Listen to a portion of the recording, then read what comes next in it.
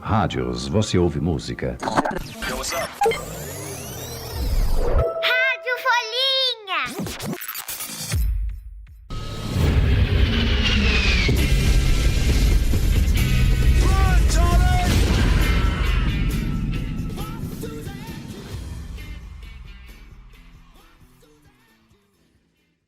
Isso que você acabou de ouvir é um pedaço do trailer do filme de guerra mais famoso do mundo. Ele chama Apocalipse Now.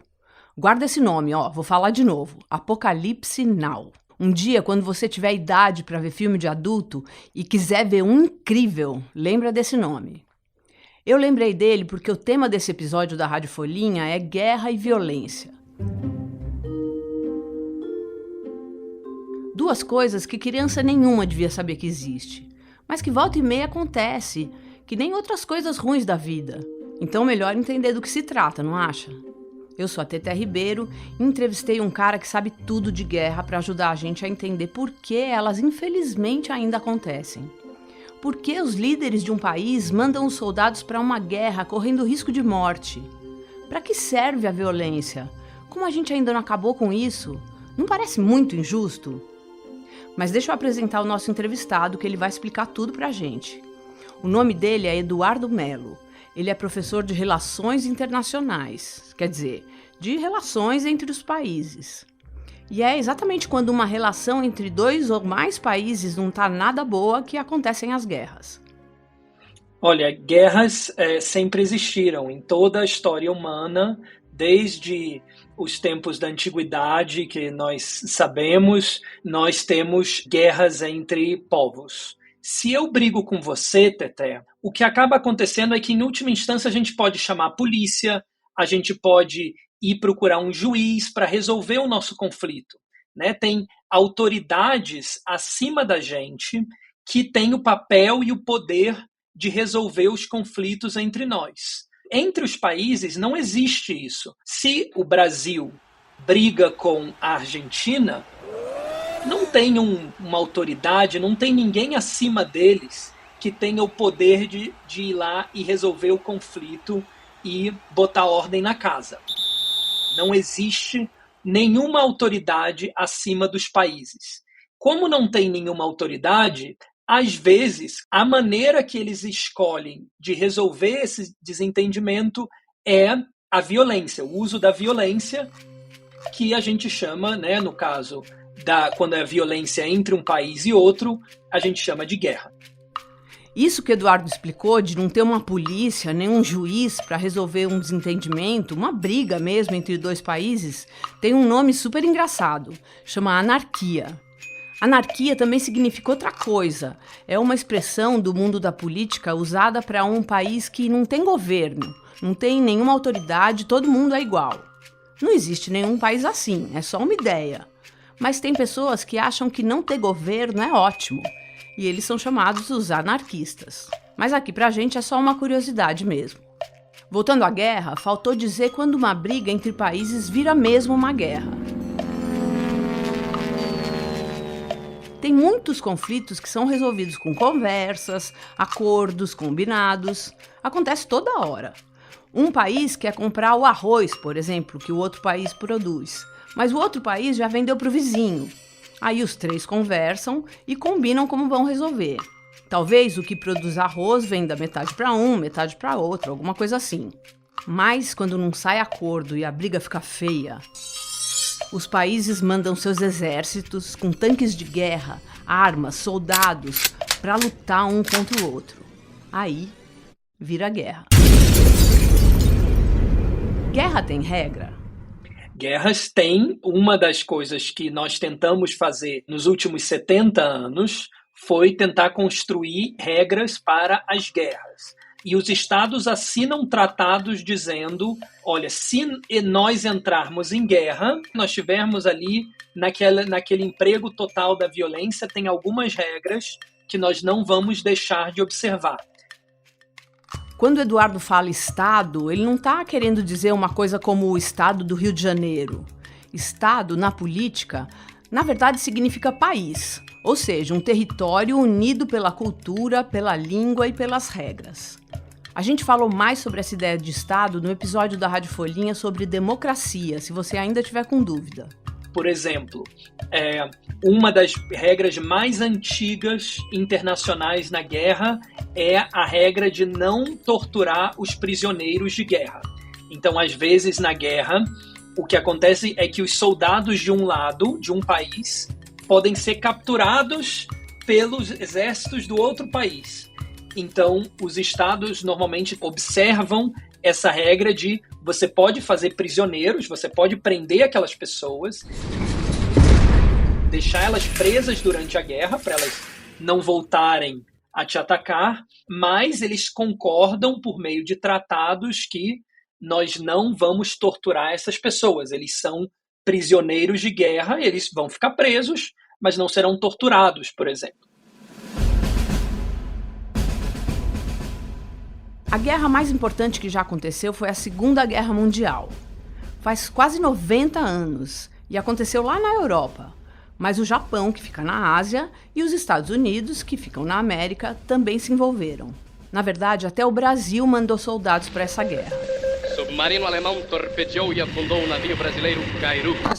O governo brasileiro decide enviar à Itália um corpo expedicionário de 3 divisões, em julho de 1944.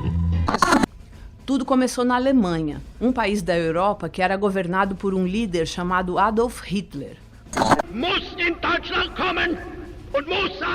Um homem cruel do Partido Nazista que foi nomeado chefe do país.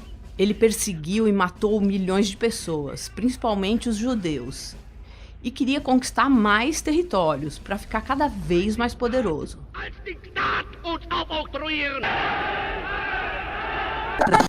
O Japão e a Itália se aliaram aos alemães e também queriam mais terras.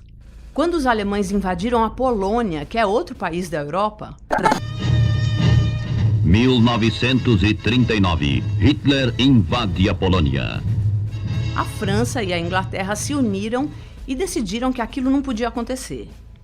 Os dois países declararam guerra à Alemanha e chamaram outros países para ajudar a derrotar os alemães. Aí foi juntando gente.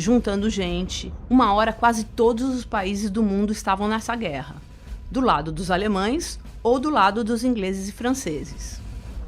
Os Estados Unidos entraram no time dos ingleses e franceses e chamaram o Brasil para vir junto. Eles derrotaram o time dos alemães e venceram a guerra. A Rádio de Hamburgo acaba de anunciar o Führer morreu. Terminou a guerra. Mas vencer uma guerra não é que nem ganhar uma corrida em que todo mundo sabe quem chegou na frente.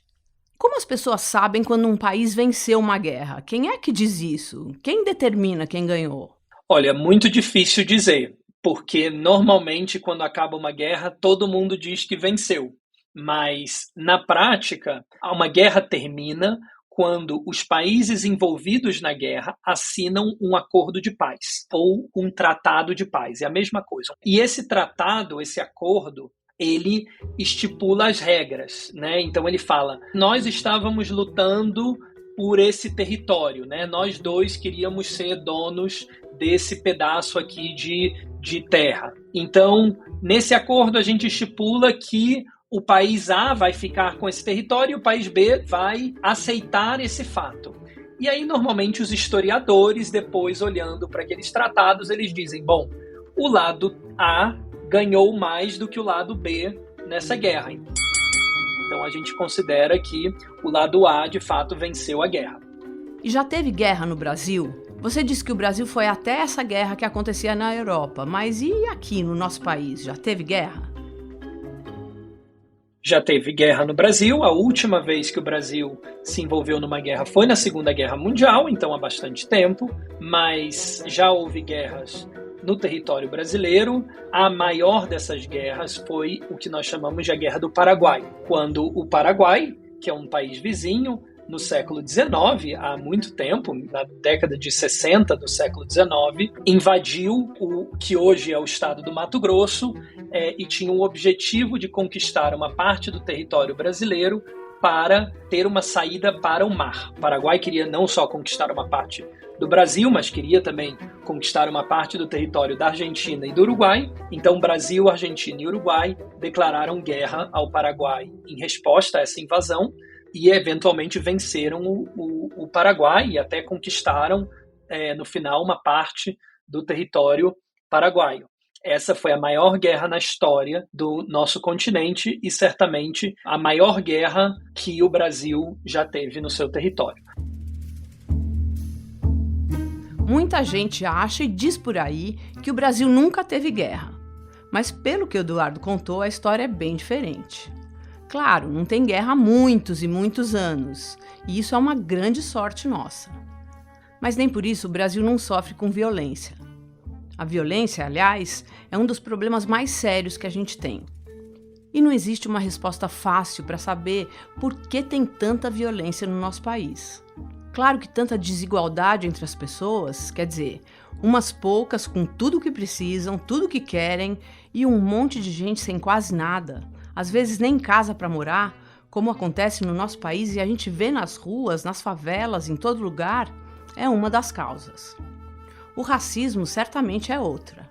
Mas a verdade é que tem violência no mundo inteiro, mesmo quando não tem guerra e mesmo quando as pessoas vivem em condições mais parecidas umas com as outras, como acontece em alguns países da Europa, por exemplo. Tem violência até provocada por adolescentes e até por crianças. Muitas vezes os adultos botam a culpa nos videogames que muitos adolescentes e crianças jogam, e que são bem violentos. Mas olha o que o Eduardo falou sobre isso. Eduardo, tem gente que diz que jogar muito videogame faz os jovens ficarem mais violentos. Você acha que é verdade? Eu acho que não. Eu acho que, em alguns casos, pode haver uma relação entre essas duas coisas, mas a gente não pode, é muito difícil a gente dizer que foi o videogame que causou uma determinada pessoa a ser violenta. Porque muita gente joga videogame, eu, inclusive, gosto muito de jogar videogame, e isso não necessariamente significa que essas pessoas são violentas. Às vezes, a pessoa joga videogame e ela é uma pessoa muito violenta por outros motivos. Milhões e milhões de pessoas jogam videogame todos os dias e não significa que elas se envolvem em brigas por causa disso. Então, eu acho que é um pouco apressado a gente dizer que o videogame causa violência. Bom, pelo menos uma boa notícia. Mas o que eu queria saber mesmo é se tem algum jeito de acabar com as guerras e com a violência no mundo. Tem muitas maneiras. Hoje nós temos muito menos guerra do que em qualquer outro momento da história humana. Nunca teve um número tão pequeno de pessoas morrendo em guerras entre países quanto nos últimos anos, nas últimas décadas. Isso tem a ver com uma série de ferramentas que nós criamos para tentar tornar mais fácil que os países resolvam conflitos pacificamente. Nós criamos a maioria dessas ferramentas depois da Segunda Guerra Mundial. Do que eu estou falando? A ONU, a Organização das Nações Unidas, que é um lugar para os países tentarem conversar e chegar a uma solução pacífica de conflitos. Nós criamos um monte de acordos entre os estados para tornar mais difícil a guerra acontecer. A Segunda Guerra Mundial foi tão, mas tão terrível, que quando acabou, o mundo inteiro olhou para aquelas cidades destruídas por bombas, aquele monte de gente que perdeu a vida ou se machucou feio, aquele monte de crianças que teve que crescer sem os pais, ou irmãos, mães que perderam os filhos. Ficou evidente que aquilo não podia acontecer toda hora que 2 ou mais países tivessem um desentendimento. Aí, várias organizações, como a ONU, que o Eduardo falou, foram inventadas para tentar resolver os problemas entre os países sem guerra. E realmente tem muito menos guerra nos nossos tempos do que em qualquer outra época da história. Mas ainda acontece, infelizmente. Mesma coisa com a violência. Ela existe, e ninguém sabe com certeza se ela nasce dentro da gente, como uma característica dos seres humanos, ou se é uma coisa que a gente adquire com a vida. Mas quase todo mundo sabe que a vida seria melhor sem as duas coisas, guerra e violência. Essa Rádio Folhinha fica por aqui. Eu sou a Teté Ribeiro e faço pesquisa, entrevista, roteiro e a narração desse podcast. O Rafael Conkle faz a edição de som. Esse episódio usou áudios do Arquivo Nacional, da Rádio Nacional e da British Movietone. Segue a gente no seu tocador favorito de podcasts para ouvir mais episódios. Tchau!